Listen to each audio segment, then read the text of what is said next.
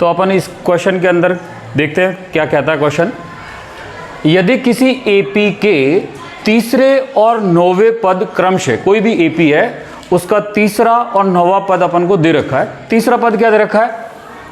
4 दिया हुआ है, और चौथा ये कौन सा पद? 9वां पद क्या दिया हुआ है? -8 दिया हुआ है।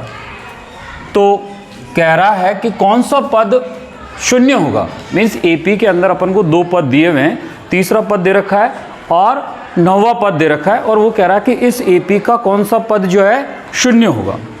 तो जो गिवन है वो पहले लिख देते हैं। A3 दिया हुआ है, कितना दिया हुआ है? A3 4 दिया हुआ है, तो ये हो जाएगा A + 2D बराबर कितना हो जाएगा? 4। ये समीकरण नंबर 1 हो गई। समीकरण नंबर 2 क्या बनेगी? कौन सा पद दिया हुआ है? दूसरा 9वां पद दे रखा है, A9 दिया हुआ है और कितना दिया हुआ है? -8। तो 9वां पद लिखना है तो क्या लिखोगे? A + के 8D बराबर कितना? -8। ये समीकरण नंबर 2 हो गई। इन दोनों समीकरणों को हल करके, पहली समीकरण और दूसरी समीकरण को हल करके अपन क्या करेंगे? A का मान ज्ञात कर लेंगे और D का मान ज्ञात कर लेंगे। A और D का जब मान ज्ञात हो जाता है तो कोई सा भी पद अपन जो है ज्ञात कर सकते हैं, या यूँ कहें कि भाई कौन सा पद इसका जो श्रेणी का शून्य होगा वो भी अपन पता कर सकते हैं कि कौन सा पद इसका शून्य होगा। तो यहाँ मेन मकसद यहाँ पर क्या है? A और D ज्ञात करना।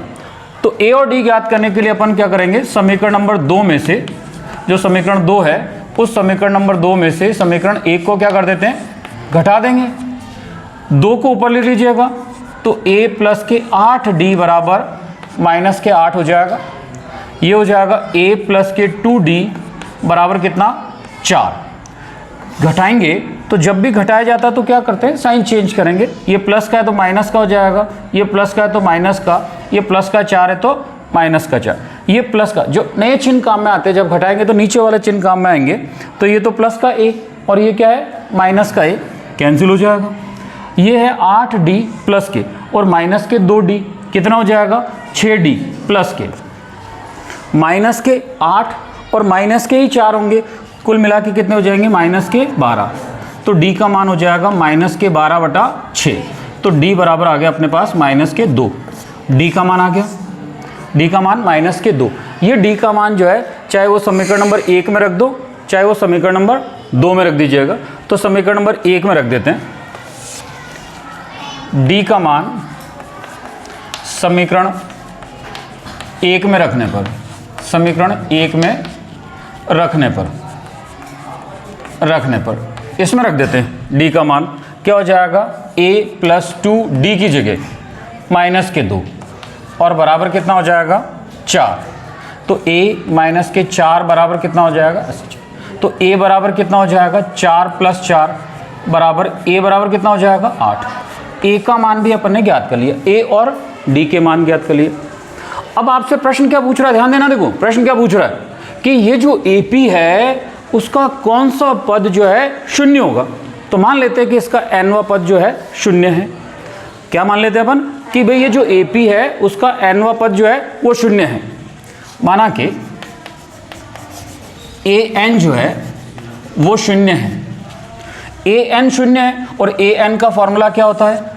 AN का फॉर्मूला होता है A + n - के 1 × D बराबर कितना? 0।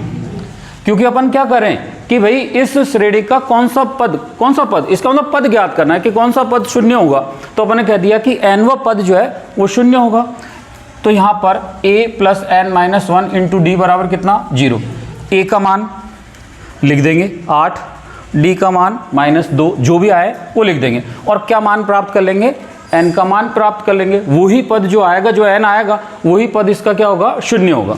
तो A बराबर 8 + n - के 1 × D कितना आया? -2।